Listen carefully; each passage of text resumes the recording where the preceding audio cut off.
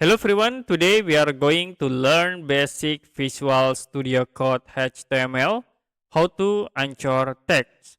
The anchor text is defines a hyperlink which is used to links from one page to another page. Okay, you can type A in it, press enter. You can set links like I will set into HTTP and google.com as example.